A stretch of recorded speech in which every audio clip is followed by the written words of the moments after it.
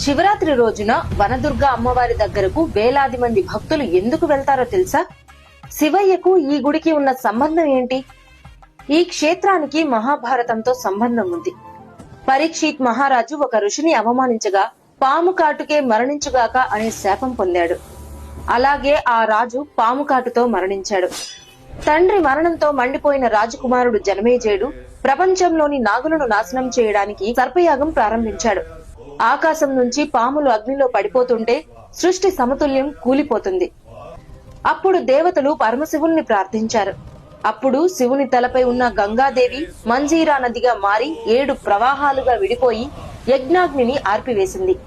అందుకే ఈ ప్రదేశం పేరు ఏడుపాయలుగా ప్రసిద్ధి చెందింది. అందుకే ఇక్కడ శివుడు మరియు ఆదిశక్తులు వేరుకావని భక్తుల విశ్వాసం. ఆ పవిత్ర ప్రకృతి మధ్య వెలసింది వనదుర్గా భవానీ అమ్మవారు. ఇక్కడ ఆ 7 ప్రవాహాలు అమ్మవారి పాదాలను తాకుతూ ప్రవహిస్తాయి. ఈ క్షేత్ర దర్శనం పాప విమోచనం, దైవానుభవం అని భక్తులు నమ్ముతారు.